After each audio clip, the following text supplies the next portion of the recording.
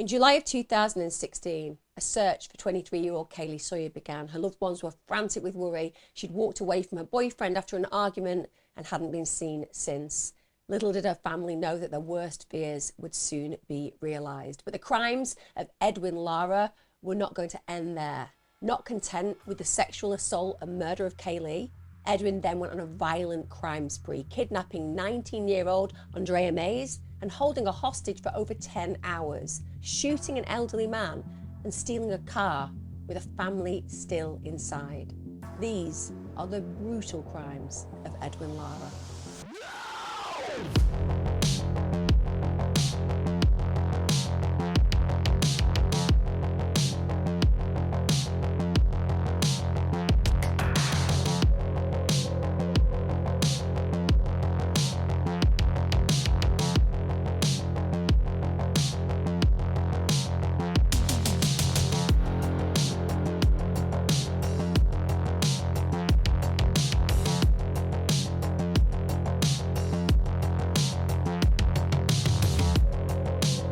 Hi guys, welcome back to my channel. Thank you for joining me. Another really requested case that I'm going to cover today.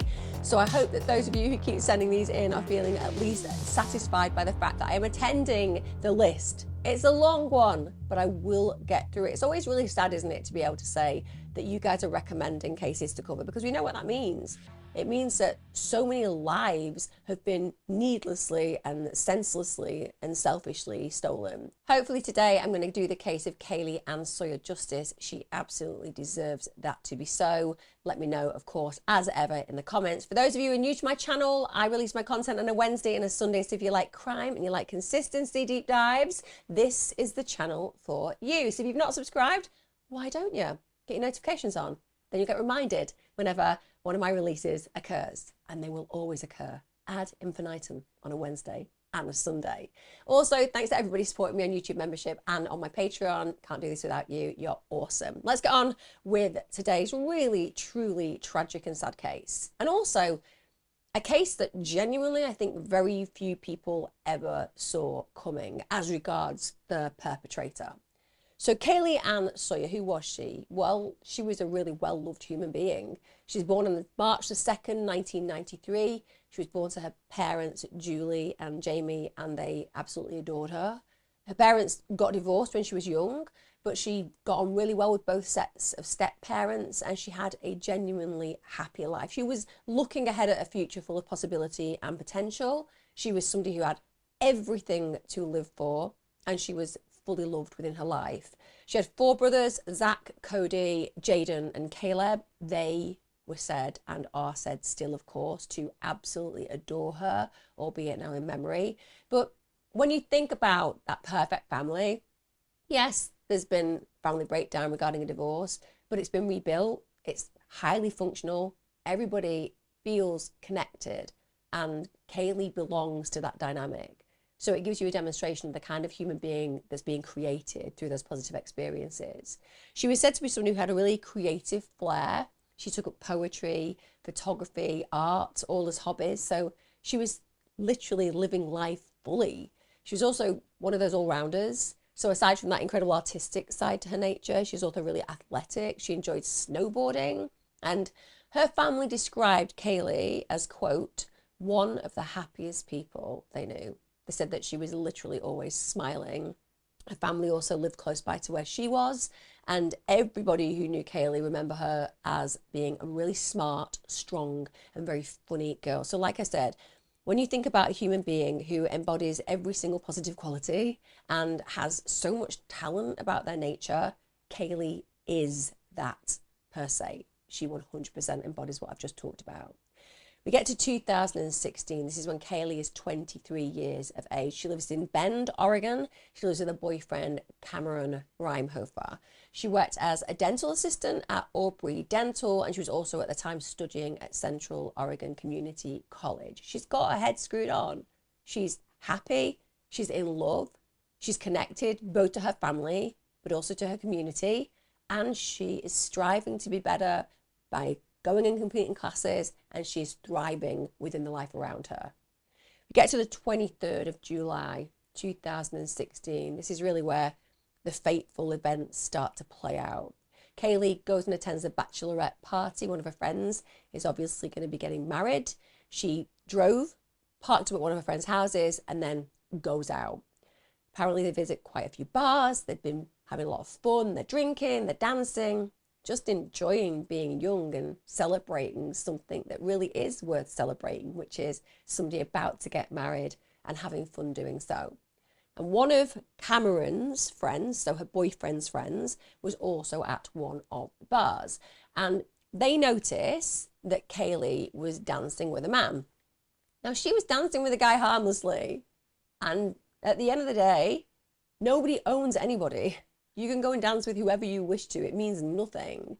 But unfortunately, it seems that a text message was sent at that point to Cameron. People are such interferers.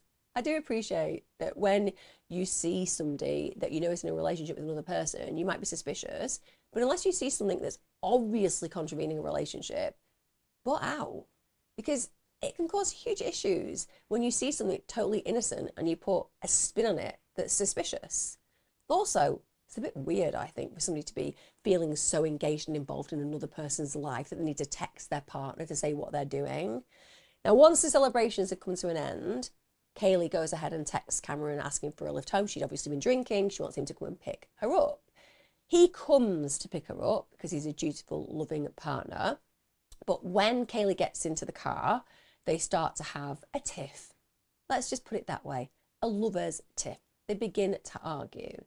Now, once they arrive at the apartment, so this is their shared apartment, it's around 1 a.m., Cameron goes inside. They've obviously escalated to a point where they've annoyed each other, and they basically both need a little bit of space and time to calm down and to just cool off, and Kaylee remains in the car. A few minutes after that, around 10 minutes later, Cameron goes back outside because he's calmed down.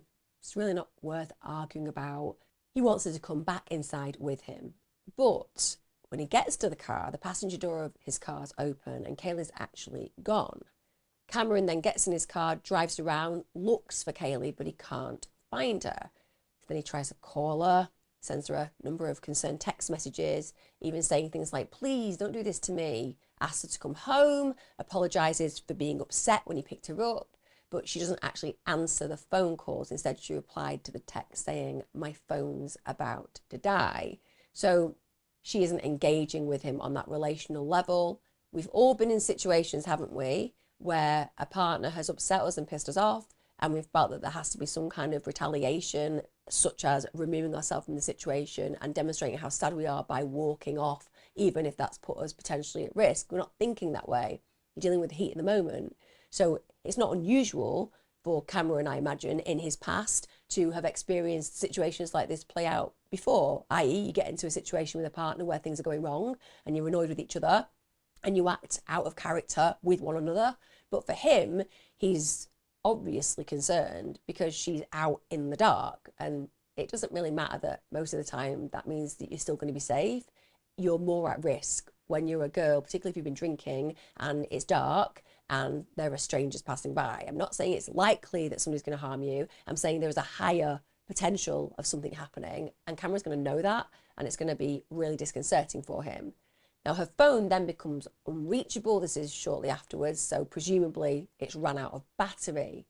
Now, bear in mind, their apartment was in a really safe neighborhood. It's near Central Oregon Community College, and so her boyfriend clearly is concerned now. He wants to find her. He wants to smooth things over.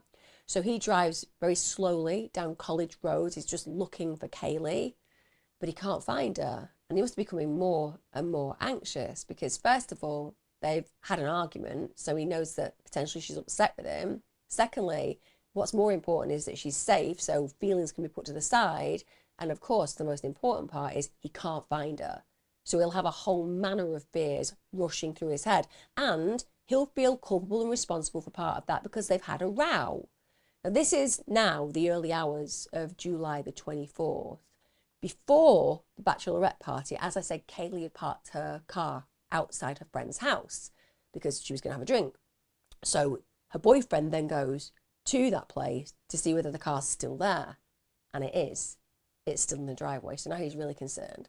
because I guess he'd added up that maybe she'd gone to the car, maybe she'd go and sleep there, or maybe she'd go and speak to the friend and stay there because the car's there, so she'd be returning there to collect it anyway. But now he's realised she isn't, and that's scary. He then contacts Kaylee's family and friends because he wants to know if they know where she is. But unfortunately, there is literally no sign of Kaye, and we can only imagine the horror and dread that he's feeling in that moment, and certainly the horror and dread that his family are going to feel when they hear that Kaylee's disappeared.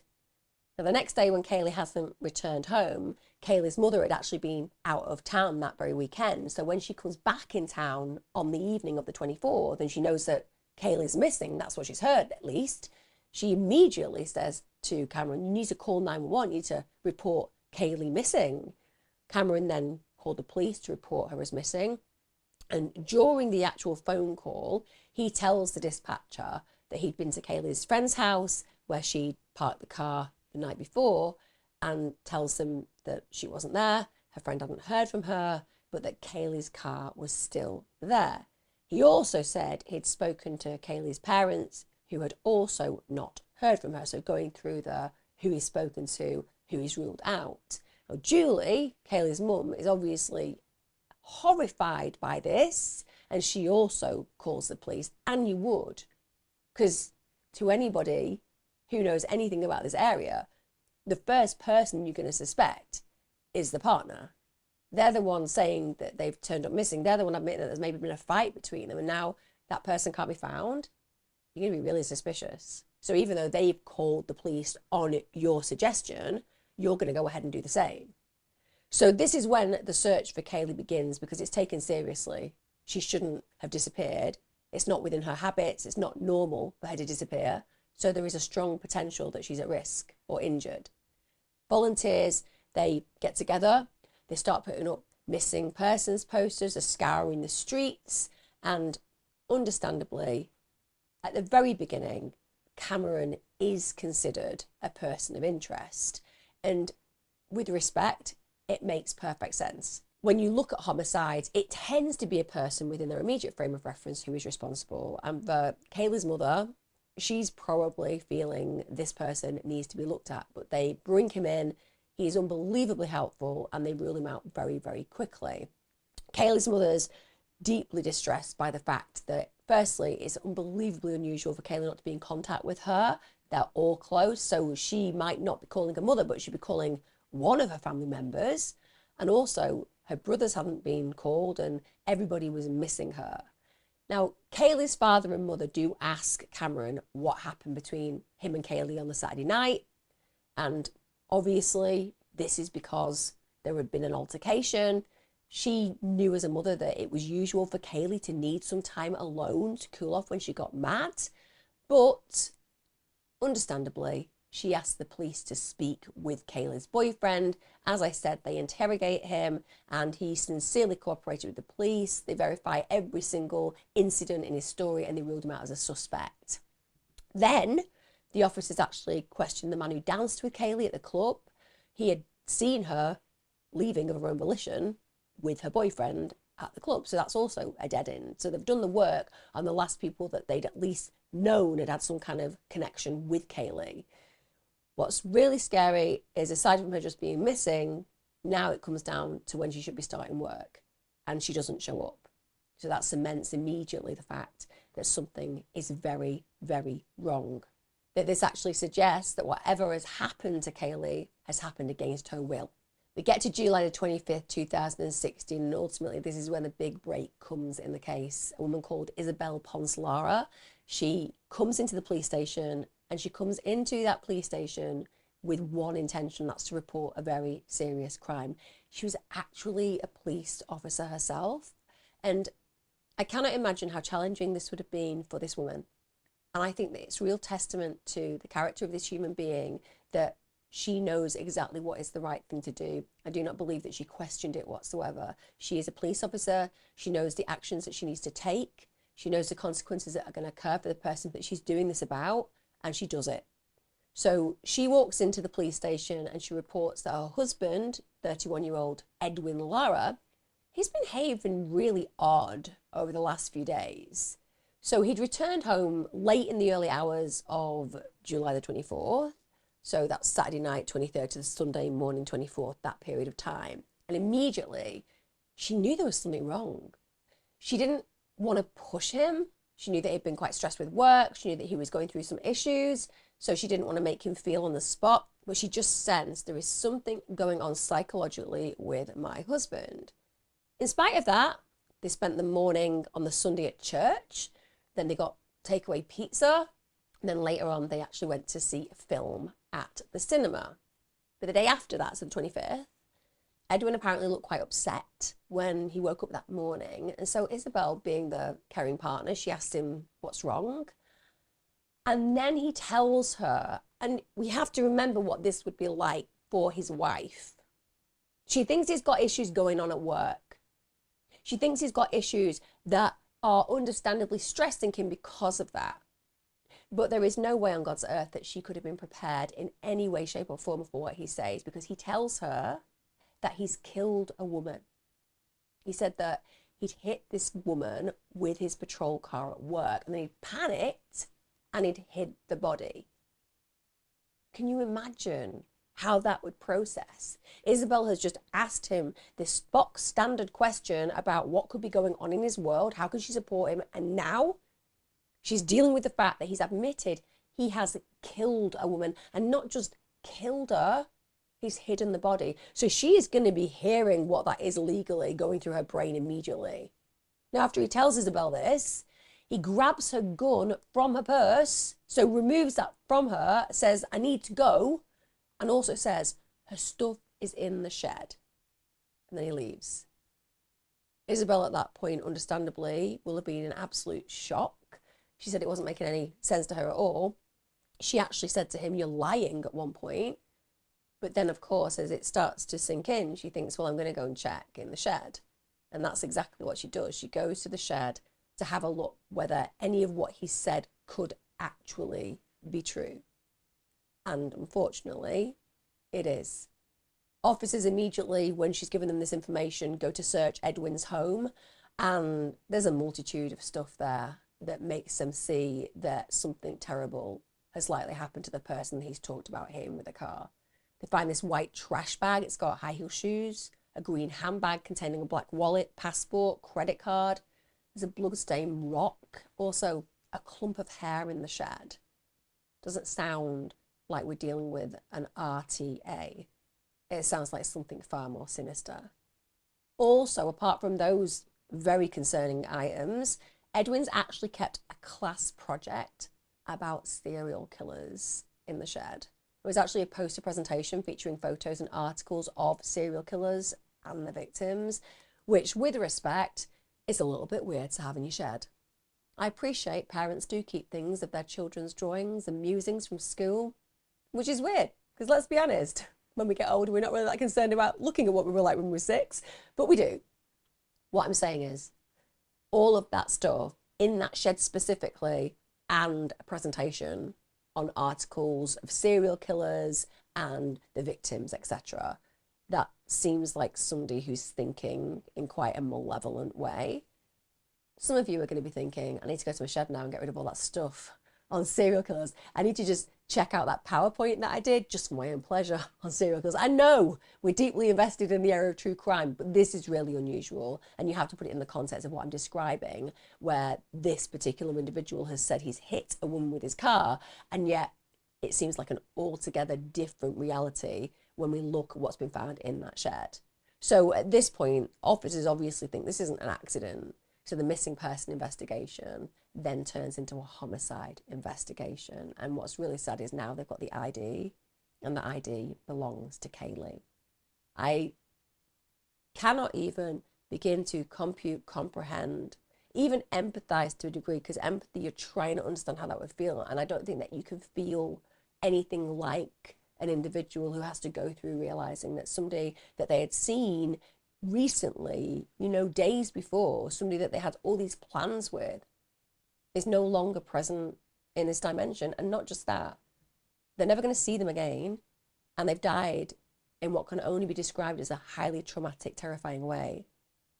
So for Kayla's family, it's going to feel not just blindsiding, but entirely surreal, and as if this probably isn't actually happening. You'd think you were in a nightmare.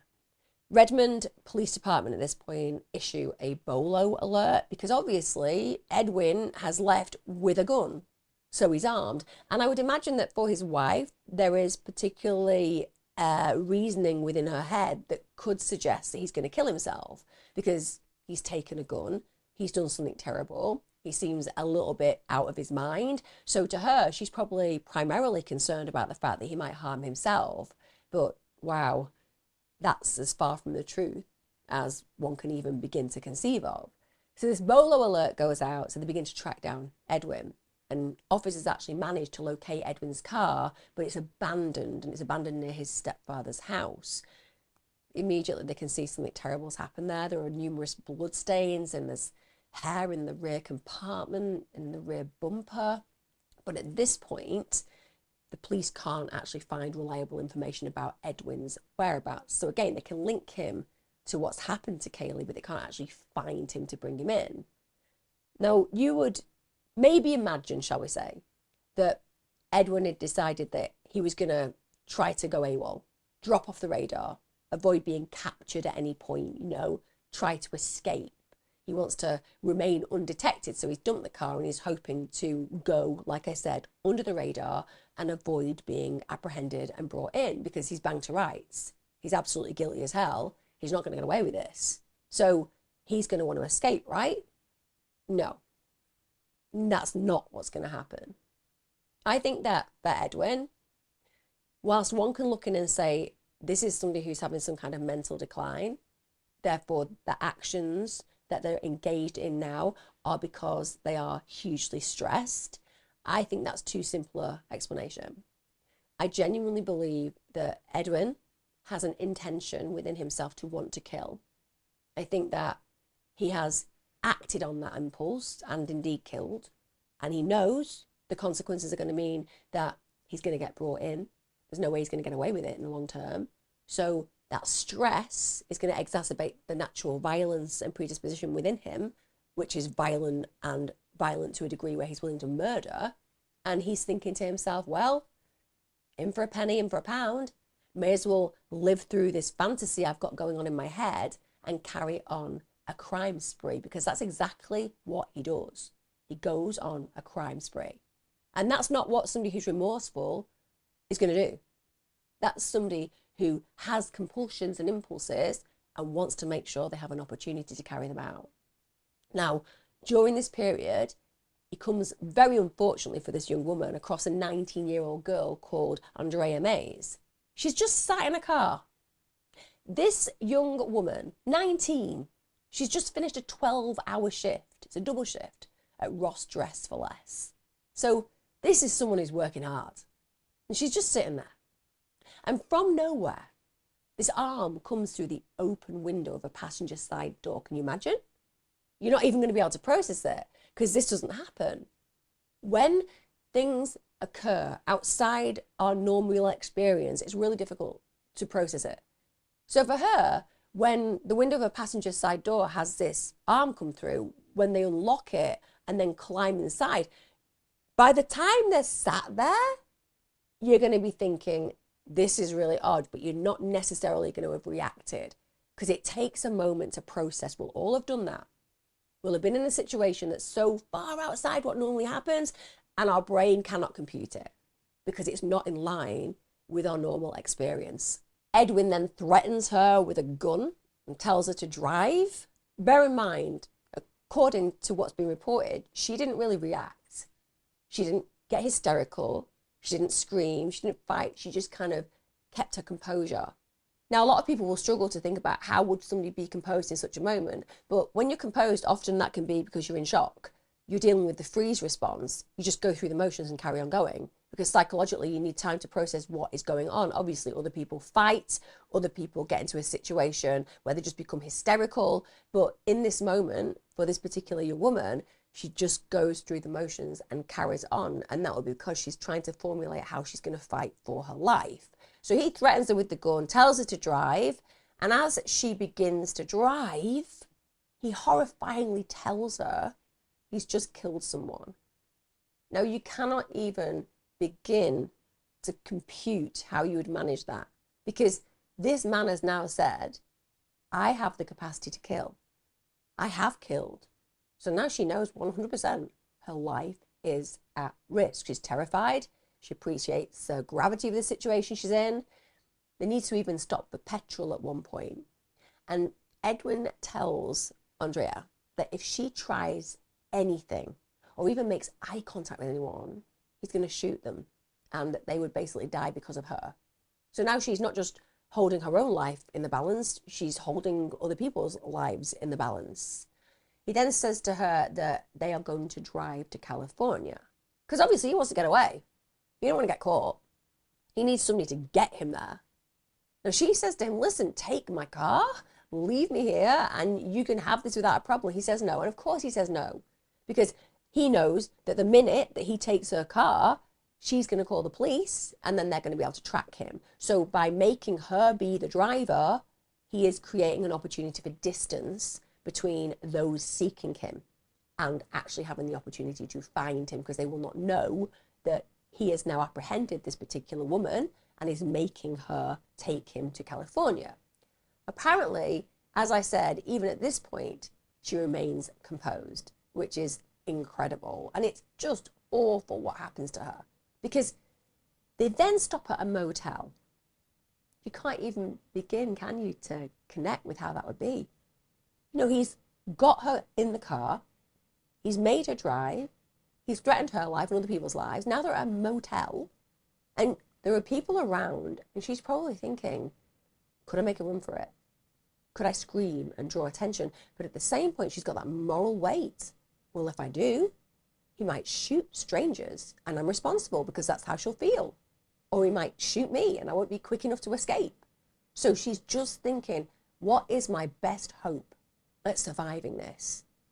They stop at this relax inn. It's in Cottage Grove, Oregon. And this is where Edwin tells Andrea she has to pretend to be his girlfriend. So she's now having to act like she's with him, because he wants to make out that they're a couple and not draw any attention to them.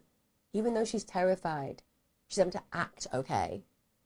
Once they're in the bedroom, Edwin handcuffs Andrea to the door. She's going to be thinking the worst thing is going to happen to her at this point, without a shadow of a doubt. Any woman in this situation and circumstance would. He then showers and tries to force her to shower in front of him. So if this guy is in some state of breakdown, he's doing a really good job at being incredibly coercive, deeply dominant, and commanding in such a situation that it defies logic to suggest that he was not in a state to understand what he was doing, what he was demanding, and the impact it was having.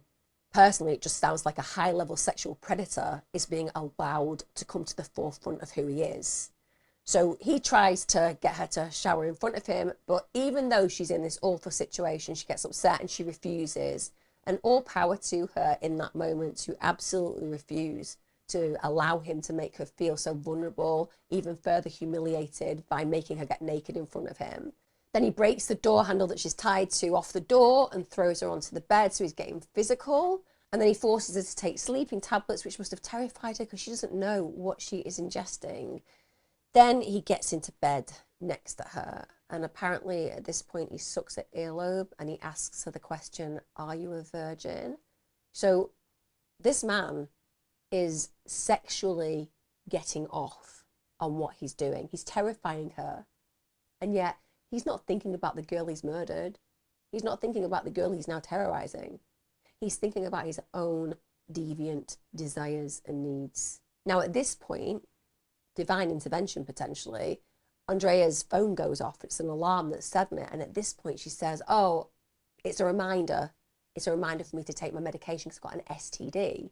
So she's basically put it out there, I've got a sexually transmitted disease, and she's trying to make herself seem less attractive to him because clearly he's acting in a sexual way towards her. So she hopes that that's going to prevent him from raping her, and it does, in fact, seem to work.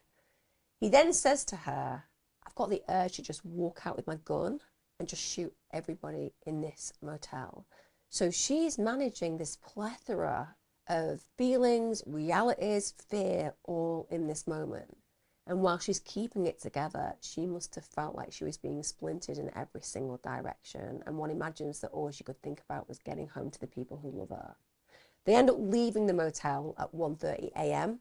They drive for hours until they then pull up into a Super 8 motel in Eureka in California at 5 a.m. Apparently at this point, they did that because there'd been oil issues with Andrea's car. Edwin then decides that he's going to try to take the car of a 73-year-old man called Jack Levy because he wants to move on. And obviously there's problems now with Andrea's car, so he needs another mode of transport. Now, understandably, Jack Levy, he's thinking, you're not taking my car. You're not taking my car. Don't get me wrong. I have a big belief in life that it's only stuff. We can replace things, but we can't replace the incalculably important human beings in our lives. But for Jack Levy, again, he's acting in that moment. Some guy is trying to take his vehicle. So he says no. So he won't cooperate. He refuses to give him his car. And he's not complying. He's screaming for help. But the consequence of that is that Edwin shoots Jack in the stomach. And that is incredibly dangerous and life-threatening. Of course it is. You shoot somebody in the stomach, they can bleed out. Vital organs can be impacted. So Edwin is trying to kill him in that moment, or at least is willing to take the consequence of shooting somebody and it potentially leading to the death. 911, what's your emergency? Hi, it's Karen at CHP. Hi. Hey, I just transferred a call to medical at Super 8 Motel. The manager there said there's a gentleman who says he got shot in the stomach.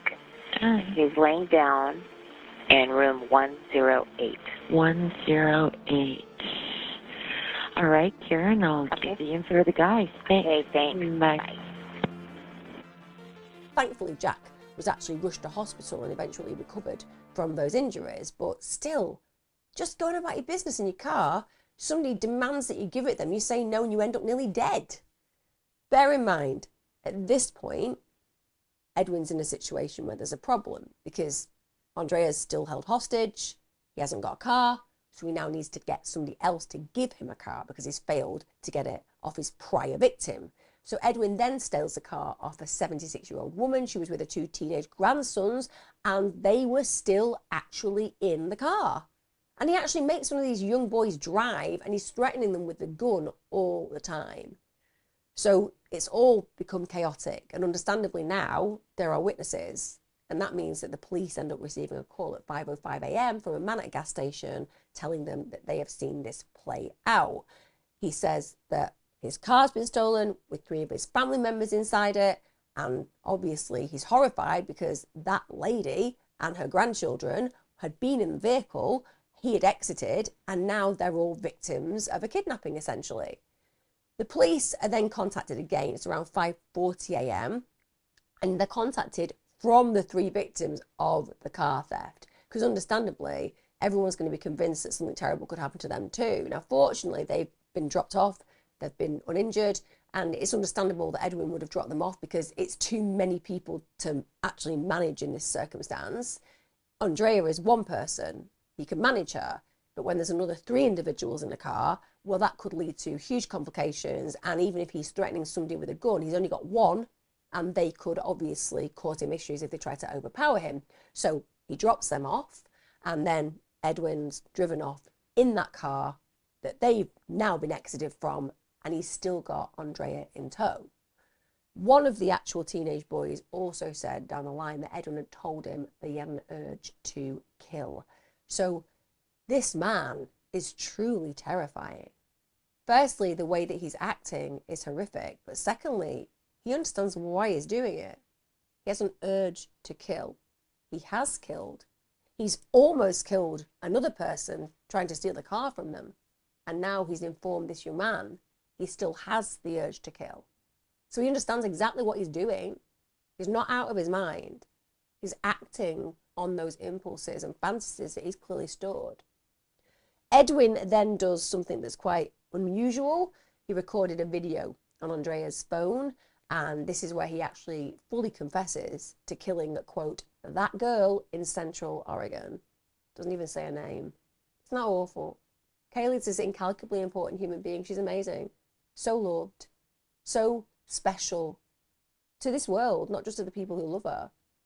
And she's just referred to as that girl in Central Oregon. So negligible, so meaningless in connection with him. She's nothing, just some girl. But actually, she was everything. She was never just a girl to the people who love her. And no one's ever just a girl. They always belong. They have threads of connection to people who adore them. He did say in the video that he regretted it, but he also talks about the fact that she wouldn't stop screaming. He's just looking for excuses because clearly when she put up a fight, he wanted to end that fight because he wants to get away what he wants to do, but he doesn't want any complications by people listening and hearing and intervening. He also goes on to say that Andrea is fine and that she's going to be fine because she has been doing everything that he asked her to. He actually made Andrea post the video to her Facebook page, titling it Murderer on the Loose. Can you imagine being one of Andrea's friends and family and seeing that? You'd think maybe this is just a joke, maybe this is just stupid, and then you'd kind of get into your head that this is real. She's in real danger. Hi, everybody. I just want to say that I apologize for everything I've done. Most likely I'm going to get caught. And sorry about that girl. In Central Oregon. And I also want to let family members, Andrea, that she's fine and she will be fine because so far she's been doing what I've been told to do. You know, and if you guys are wondering if I have done dirty things to her, no. All right, I'm not that kind of guy. You know, I just killed that other girl, you know, and I regret it.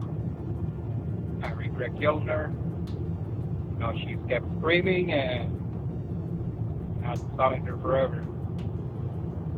So, you know, like I say, she's still fine. We're driving and she'll be home pretty soon. I'm sorry to her grandma and her family members, her boyfriend. You know, I'm sorry for everything that I caused. Okay, and you'll see her pretty soon. Okay, tell the cops that not to shoot us, because if they shoot us, then that's not my fault. Okay, but sorry, everybody. Bye. Unfortunately, a highway patrol officer in California saw Edwin speeding, so he tries to pull him over. But obviously, Edwin wants to escape. He doesn't cooperate. So this high-speed chase ensues. And bear in mind, he's got a victim in the car with him. She must have been absolutely horrified, terrified, scared for her life. So while Edwin's being tailed by the police, this is including a police helicopter, he calls 911. And this is pretty astonishing because during that 911 call, he basically says he's going to turn himself in. He said that he was wanted for murder in Oregon.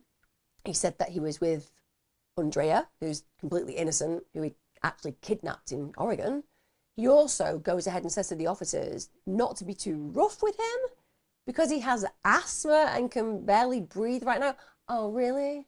Yeah, I have really bad asthma and I can't breathe really, really well right now. Really? And we should go easy on you? Yeah, you should go easy on me. I just got a bag of dust. Why are you blowing dust in my face? I've got asthma. Oh, hang on, there's some cat hair. Why are you flicking cat hair in my face? Oh, hang on, there's a really quite tight plastic bag just over your head. I really can't breathe, I've got asthma. Oh, I'm really sorry. I'm not being too rough with you. Just gonna dust some smoke into your face. Do you know what I mean? Don't really feel sorry for somebody who's an asthmatic, who's just done what I've told you. And yet he feels they need to be empathetic and sympathetic to the fact that he has this medical condition. Also, he asked them not to shoot him because he didn't want to die. Yes, hi. This is Edwin Lara, and I'm the guy on Interstate 5 going at high speed. I know you guys have the chopper on me already. Yeah. And, I just want to say I am going to turn myself in. Okay, where are you at? Okay, I'm on I-5, I think close to Reading, if I'm right. So, I am wanted for murder in the state of Oregon. Okay. Edwin, Yeah. where are you at right now? Can you stop? I am going to stop once I hit Reading. Once I'm in Reading, I'm going to stop. Okay, can you tell me where you are right now? I have no idea. I kidnapped her in Oregon. She's innocent. Her name is Andrea. What's your last name? He doesn't know. I'll let her give her last name so you can call her family, okay? Okay. Just give me a second. What's your name? Hello? Yeah, hi. What's your name? Andrea?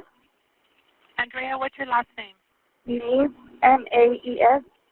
But I want to ask you a favor. Uh-huh. So I have asthma. You have asthma? Okay. Yeah, so you tell them not to be too rough on me because, I can barely breathe right now. It's quite astonishing to me that these individuals can say that they're on a rampage of wanting to kill, can murder heinously a human being, and then believe that somehow they should be afforded a different level of respect when it comes down to them being protected on a life level. So yeah, he wants to live.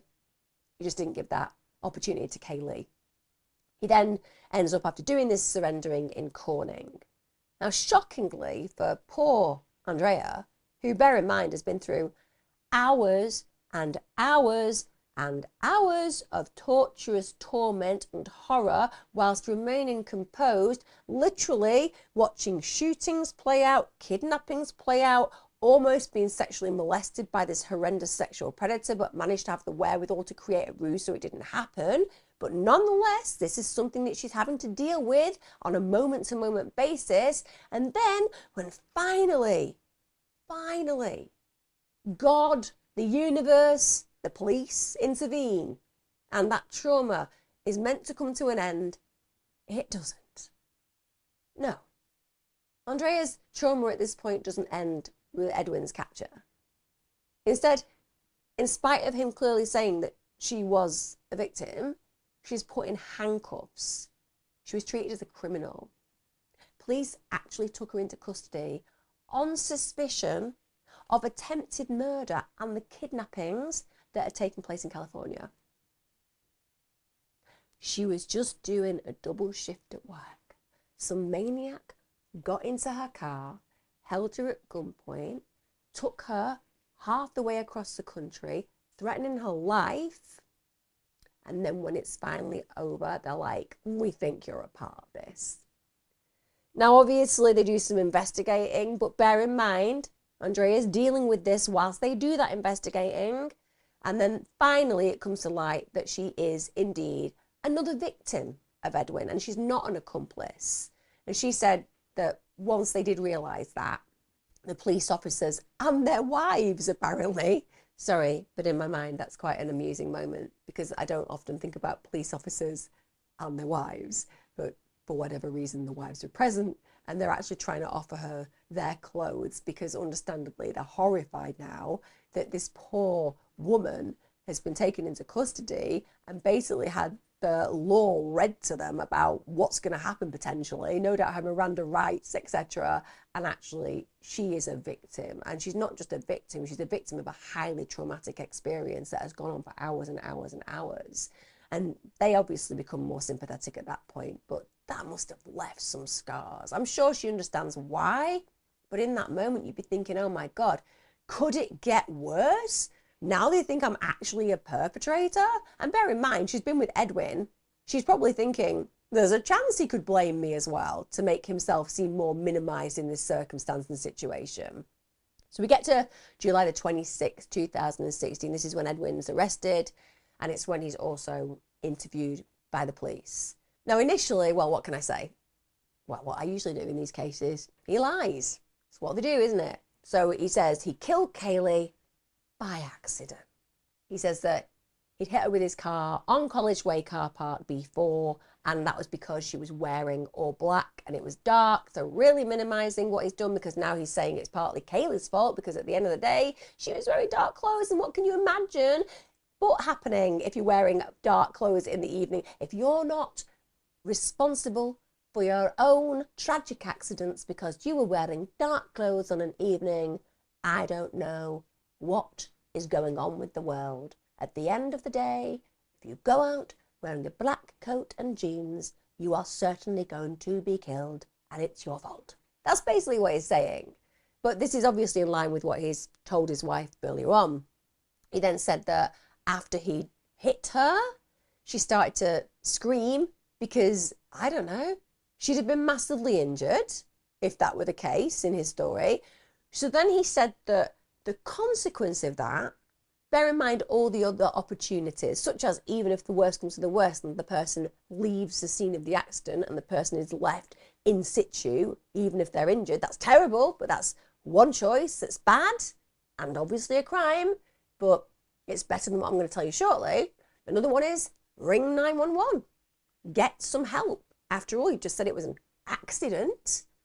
I don't know, look for some other strangers passing, ask them to help. There are lots of different opportunities that you have in that moment, terrified, stressed, shocked as you may be, when dealing with an injured person that you have hit. And you've already said it was her fault, basically, because she was wearing dark clothes. So you're the innocent victim in this as well. So he says that all those points clearly were things that he hadn't considered. Instead, he strangled her and threw her in a ditch. Said no innocent person involved in an accident ever.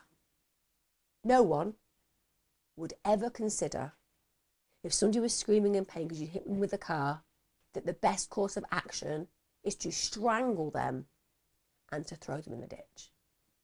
Now, understandably, this is absolute hogwash. And like most liars do when they're banged to rights and they've been caught, they change the story a few times. So at one point he says that he picked her up because he thought she was a sex worker. With respect, that's not going to fly, is it? Kaye wasn't a sex worker, would have made that absolutely clear.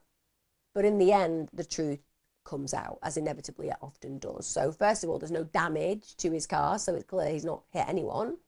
And what I would say about the officers investigating this, they were actually quite clever, because Edwin's known to be a religious guy, even though what we've just talked about seems as far from being a Christian on any level or religious within any context. When you think about what he's just done, it feels much more to do with, shall we say, one that you would take a elevator to see, because it's far more evil than it is godly.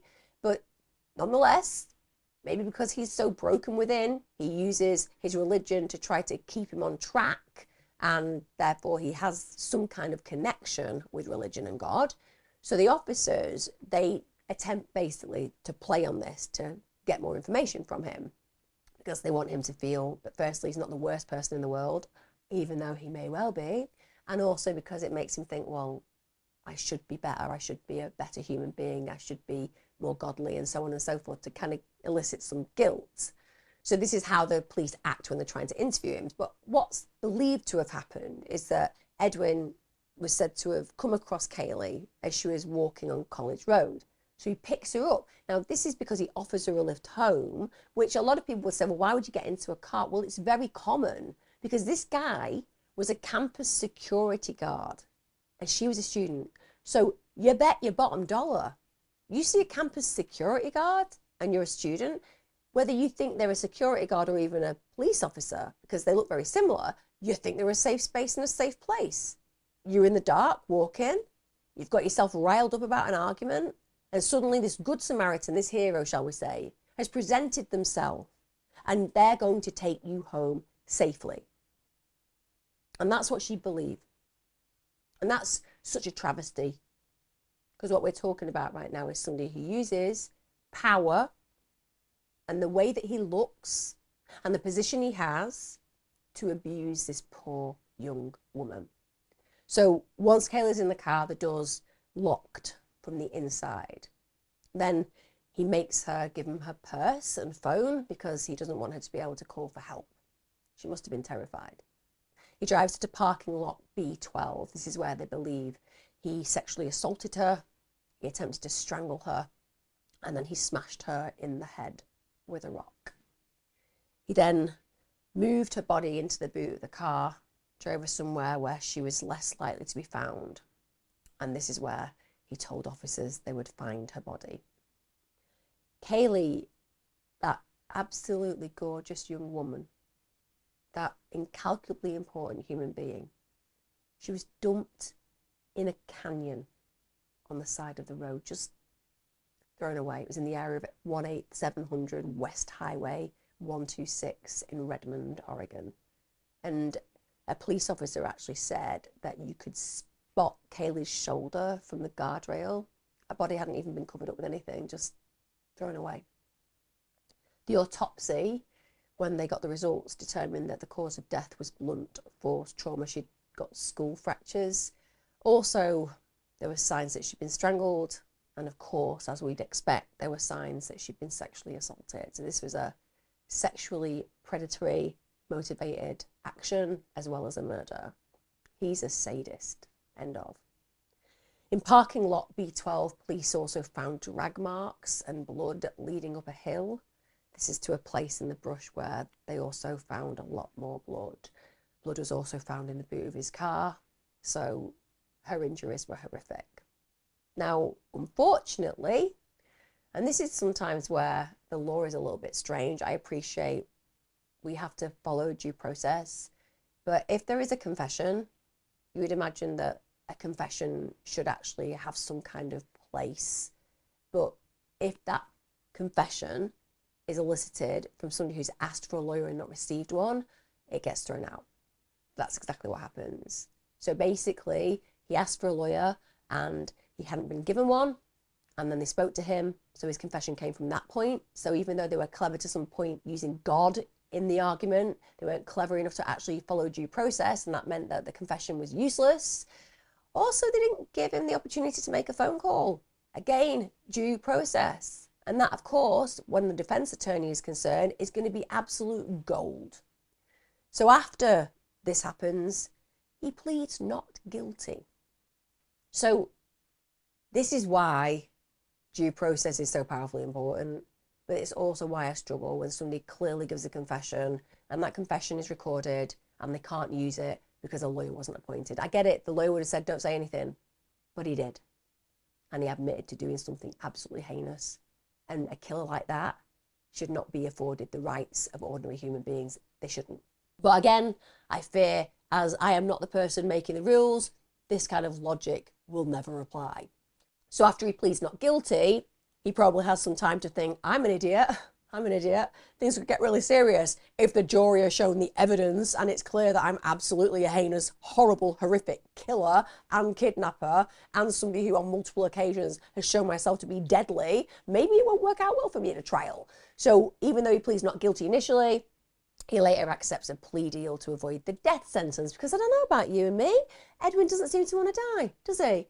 Called the police, said, don't kill me, I'm not going to do anything, worry about my asthma please, I struggle with breathing, and at the end of the day, I won't say I am not guilty as long as you let me live. You kind of think to yourself, the world is a little bit unfair when we think about the torturous brutality of the death of Kaye and the guy he shoots and the people he kidnaps and poor Andrea, who goes through what must be one of the most traumatic and probably likely the most traumatic, hopefully, experience of her life. He feels that his life doesn't deserve being put in a position where a jury might choose that he has the death sentence. But anyway, that's agreed. Pleads guilty, going for the plea deal to avoid that death sentence. Now, what is really frustrating is they don't actually feel that the sexual assault is going to be easy to prove. So because of that, they don't go forward with it. He also refused at that point to plead guilty to sexual assault. But that's upsetting because I feel like Kaylee's life and death had meaning and he should be shown to be the monster that he truly is. And by refusing to plead guilty to the sexual assault, even though clearly there is a sexual motive, you just have to think about what he did with his other victim. They feel that that's going to be splitting hairs, I guess, and let's just go for the obvious. So that plea deal takes the death sentence off the table, but he does therefore go ahead and plead guilty to aggravated murder and robbery in the first degree. We get to 2018. This is when the sentencing hearing takes place. Edwin at this point confirms that he'd taken Kaylee's purse without consent and with the threat of deadly force, and also that he had intentionally caused her death. He then admitted to trying to strangle her when she fought back. Judge Michael Adler said this. He said, Edwin, you are fortunate a jury was not deciding whether to sentence you to death. He said that the death sentence was, quote, appropriate for this case. I mean, whilst a lot of people disagree with the death penalty, it's something I'm really conflicted over, because honestly, when it comes down to child murderers and sexual predators around children, I genuinely think that it's impossible to help these people, and it does cause me to question whether the death penalty is appropriate. But again, I'm conflicted. We don't have it in the UK. But if you do have the death sentence, well, a case where this poor young woman is simply going about her business, walking, and for a man to pull up in a car, threaten her with her life, get her into the vehicle, sexually assault her without a doubt, then beat her to death, then go on a rampage of crime, well, I would say it certainly meets the bar, because you cannot have more of an unsafe human being existing in this world. That this human being, who to all intents and purposes has just lived their life, is married, etc., is going about the business, and then can suddenly do this, there is something dark, broken, malevolent, sinister within the nature. Could they ever be trusted? And certainly when it comes down to the death sentence, I think that that's what juries explore. Well, could we let this person go? Could we ever think that they weren't going to do it again? And is their action so deserving of a reality where they do not get the option to live another day? Do they get exactly the same sentence they gave their victim, death? In the impact statements, obviously Kaylee's family gave statements because she was somebody of such meaning, but also because it's their moment, isn't it? They're speaking for the legacy of the human being that they lost. Julie said this: I'll always be the mother of a murder victim, but your mother will always be the mother of a murderer and a rapist. And that's powerful, isn't it? And it also brings into sharp focus the reality of what it's like to be a parent of a killer, because it must be horrific, particularly if it's something you didn't really expect was ever going to play out. I'm not saying that we ever ultimately have children that we think will go on to kill, but certainly if your child is married and is bringing up kids and has got a job, you're not necessarily thinking that they're a sexual predator who might turn into a killer. So to live with that is a burden that's very difficult to shoulder. Kaylee's grandfather, Jim, he said that the family wanted Edwin to receive the death sentence, and he said that he was a piece of human garbage who, by his own admission, wanted to silence his granddaughter forever. So he obviously would have been much happier if that plea deal hadn't been arrived at and he'd actually been given the death penalty. Edwin did actually take up the offer to speak in court. He said that he'd seen the pain that he'd caused, and apparently he appeared remorseful. He said, God Almighty, who art in heaven, please heal the hearts, all the broken hearts of this community, I ask you, please heal the hearts of this family and let Kaye Sawyer rest in peace. I hope he's remorseful. I hope he's accountable. I hope he's taking responsibility. I just don't think that those words will have brought any comfort whatsoever to Kaylee's family. In fact, I feel that the family will have found that very patronizing. It's not his duty to ask God to heal the hearts of their family. He took the heart of their family and ripped it out and stamped on it. That's what he did. He discarded Kaye Sawyer at the side of a road like she was disposable rubbish. So I don't think his desire for them to heal will do anything but stick in their throats as they try to swallow the intention of what he said. He was, as we expect, sentenced to life in prison without the possibility of parole, because we couldn't have somebody like that walking the streets, end of. Now, the US Attorney for the District of Oregon, a guy called Billy Williams, he described Edwin as a ruthless killer and said, there is no place in civil society for this type of horrific violence. Now, in 2019, Edwin actually received a second life sentence for the kidnapping of Andrea. And the sentence was actually longer than advised by the sentencing guidelines, and Judge Michael McShane actually increased the penalty range by 6 levels in this case. And The reason for that is that Edwin was described as one of the most dangerous men who has walked through this courthouse. That's what the judge said. Also said he's also an extreme danger to the community. And it was also said that Andrea must be absolutely certain that he will never step foot freely on this earth, which is clearly a direct statement to her saying, you have suffered enough. You need to know nothing will ever make it possible for this man to breathe freely on our streets. Although he's probably going to struggle a bit anyway because of the asthma, isn't he? Sorry, I'm an asthmatic. I can own that joke. Andrea actually said that she doesn't consider herself to be a victim. She says she's a survivor. And she actually said to her kidnapper, I'm stronger than I've ever been, and you're going to rot where you belong. So she's powerful. She's a powerful woman, isn't she? She's 19 when this happened, and she has the power to stand there, to look at him, to say, I'm stronger than I've ever been, and you're going to rot where you belong.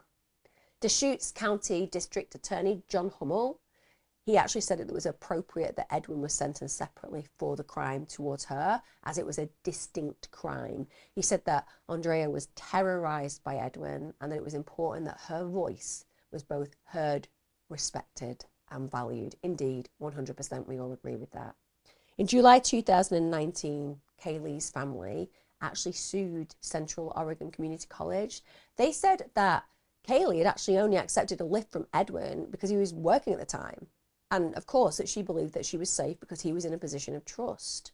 The family lawyers, they argued that there were a number of red flags as well that were ignored about Edwin.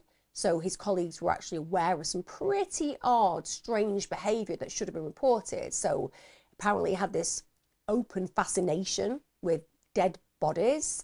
He'd even shown people nude photographs and pornographic videos, which featured himself and another woman who wasn't his wife. And that in itself is an absolute overstretch. What are you doing showing anything like that to colleagues anyway? It's a total boundary overstep. It's a breach professionally. But to actually show videos of you having sex with a woman you're not married to, really deeply concerning. Shows really poor understanding of boundaries per se. Also means that you're willing to put somebody else in a very challenging position, because it's not very comfortable to have a colleague show you them having sex with another person who's not their wife. It means that you're now complicit in that situation, and it's very awkward because you've actually seen things about that person you don't want to see. And like I said, as far as I'm concerned, if that happened in my work, that'd be gross misconduct and you'd be sacked. Also, he'd apparently lied. He'd said previously that he'd been a police officer, so that meant that his place of work had got it wrong about his history. And one female co-worker had even refused to ride in a car with him because he made her feel uncomfortable. Also, in one instance, he'd actually pinned a female cadet to a wall. So really sexually predatory behavior. And like I said, it's one of those things that when you put it all into a paragraph like I just did, it seems obvious. You're like, was nobody noticing that this guy had this big red flag on his head? But that's because we've literally culminated all of those instances. For the most part, what happens in these circumstances is people feel uncomfortable and they deal with it individually, but they don't necessarily talk to other people about what's going on. So those things don't get added up.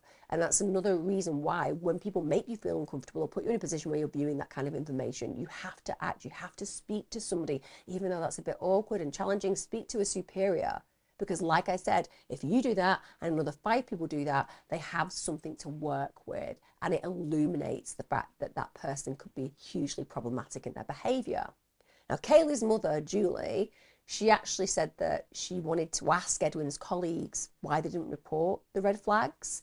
But she also said the reason that she didn't go through with that, the reason that she didn't put them on the spot, I suppose, is that she could see the hurt and the guilt in their eyes. So she didn't want to further contribute to it, which makes sense. She's obviously an empathic person. She knows they didn't want anything terrible to happen to her daughter. And even though it's so sad that they didn't shall we say, as I always know, risk offending by actually going forward and speaking to somebody about his actions, it's because they genuinely wouldn't have believed he was capable of such an action. Now, Central Oregon Community College, they ended up agreeing to pay $2 million in compensation. That's a maximum that the state allows. But like in any situation where somebody settles, part of that settling is that they're not going to admit any fault. What is it about the world?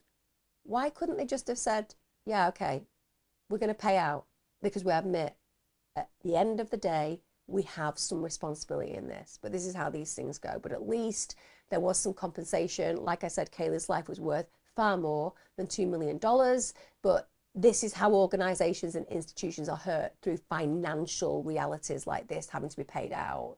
Now, in a statement, they sent their deepest sympathies to Kaylee's loved ones. I'm sure they genuinely meant that. At the end of the day, nobody wanted Kaye to die. Now, Kaylee's family are amazing, as often are the families of individuals who lose their lives in such horrendous ways. And they've worked really hard to keep her memory alive. So her mother, Julie, created KK's Readers. It's a children's book club. Apparently, Kaye absolutely adored Dr. Seuss when she was a child. So Julie hopes that that is going to give Kaye the legacy that she deserves. Instead of being seen as a victim, there is something really positive about who she was and what now she stands for. Her father and her stepmother, they also fought hard to establish Kaylee's law. It's Senate Bill 576, and that was passed by the state of Oregon in April 2019. Aren't they amazing? Aren't these people amazing? That even though this is going to make no difference, Kaylee's dead. Kaye lost her life in the most horrific of ways, and they know that. But they want to protect others. I find it beautiful and devastating in equal measure. Anyway, so this was created because they wanted to make changes to campus security officers. So they basically want to ensure that the officers' uniforms and the equipment don't look similar to that of police officers. So the security officers have a distinct difference. And unfortunately, before that, they were very similar. So the patrol cars can no longer have a divider cage between the front and back seats, and also extensive background checks and psychological testing for staff is now required. Now, this is really significant because Edwin had actually failed a psychological examination when he was trying to become a police officer. So he then became a security officer instead. And unfortunately, campus security didn't put their staff through the same screening processes.